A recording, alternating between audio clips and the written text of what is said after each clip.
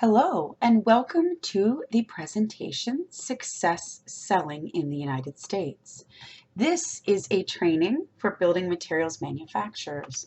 That can include interior, exterior, if you sell furniture for building, anything that would be used in buildings in the U.S.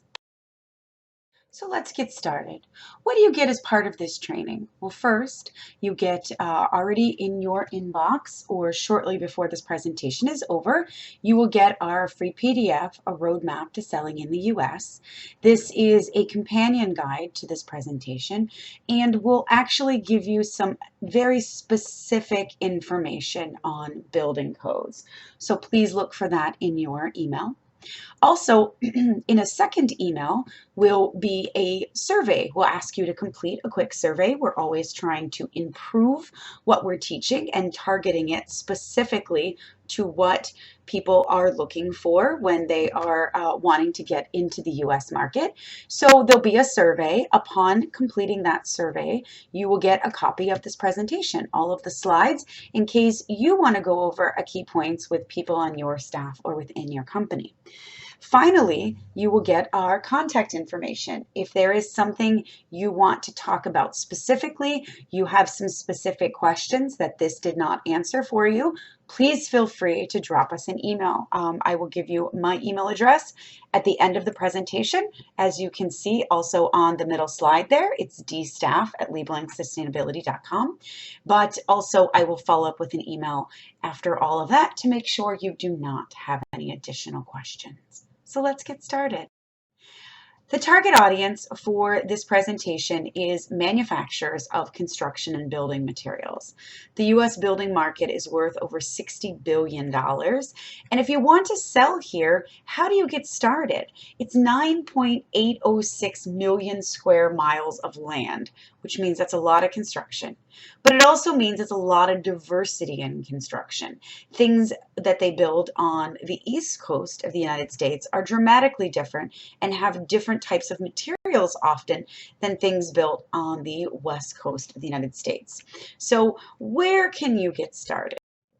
First, let's talk about some barriers. The biggest barrier that I hear over and over again in getting into the US building market is navigating the standards and codes. Everybody knows we've got a code book a mile thick, and just getting through that and trying to figure out what you need can be often the biggest barrier. It's also the biggest pitfall once you do get started, because sometimes you are unaware of one thing that could catch you later. So that's a big barrier. Finding your right product niche market. And that's also very big because I said, the United States is a big market, and often things that are sold in specific markets are not domestically coast to coast. So that's also is finding where it is you click in the market here because it is so large.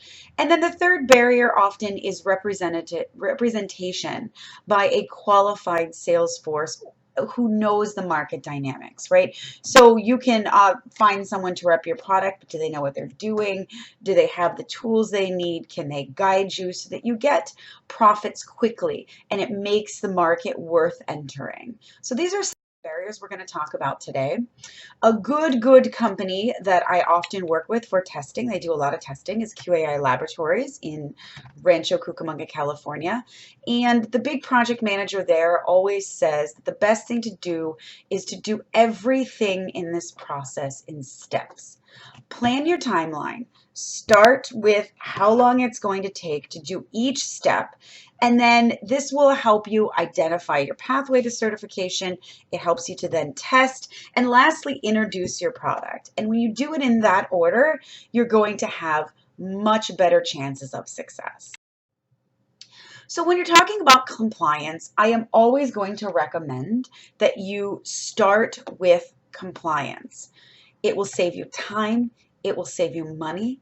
It will save you a reputation once you actually have market share. So what does that mean? That means getting your testing done first.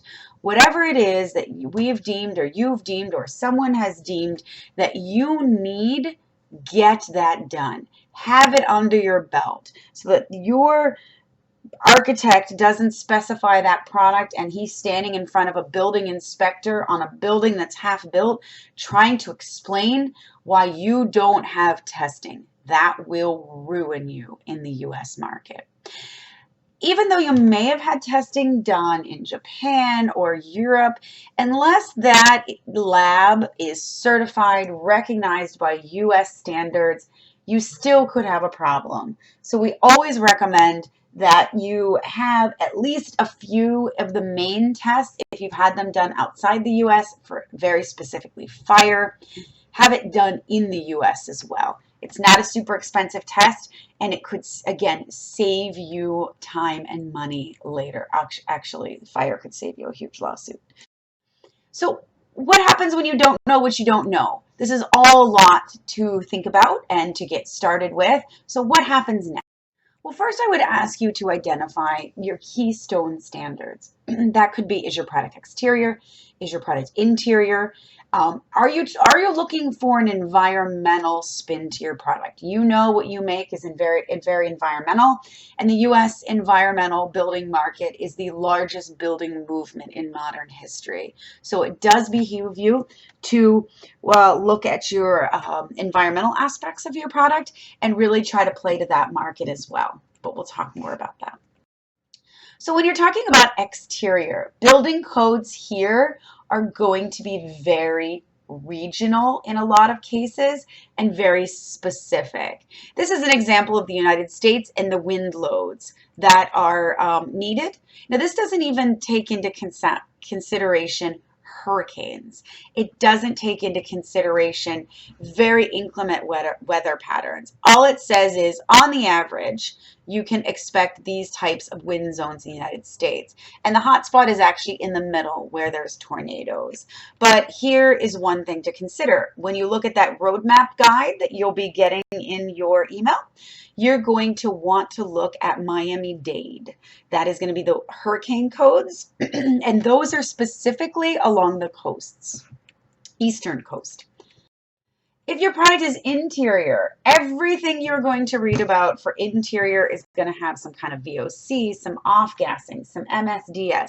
You're going to need to know your chemical composition. That is going to be really, really important, and that has to do with indoor air quality mostly. And lastly, environmental, LEED, LCA, EPD, HPD. You're going to hear all of these acronyms thrown around. LEED actually stands for Leadership in Energy and Environmental Design. LCA, which you may have heard of, is a life cycle analysis.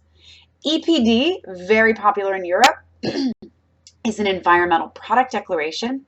And HPD is a health product declaration, and that is actually a byproduct of LEED.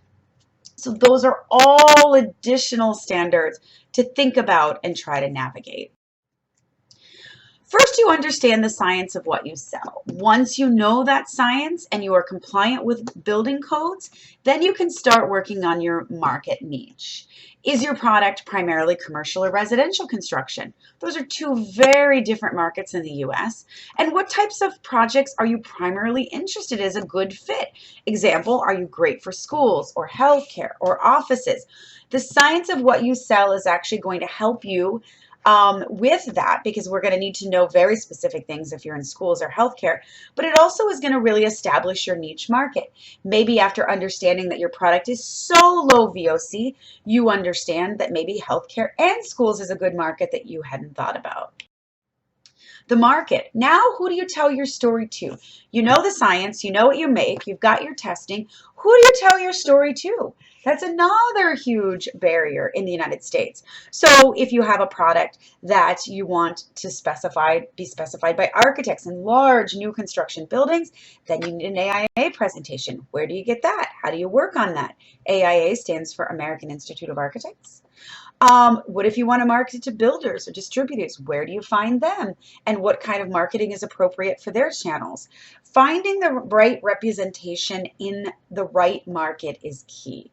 And getting everything done up front will actually help you. In conclusion, the step-by-step plan to selling in the United States is getting all your testing done up front. This makes sure that your project pathway to specification or sales is not riddled with headaches and interruption in your profits.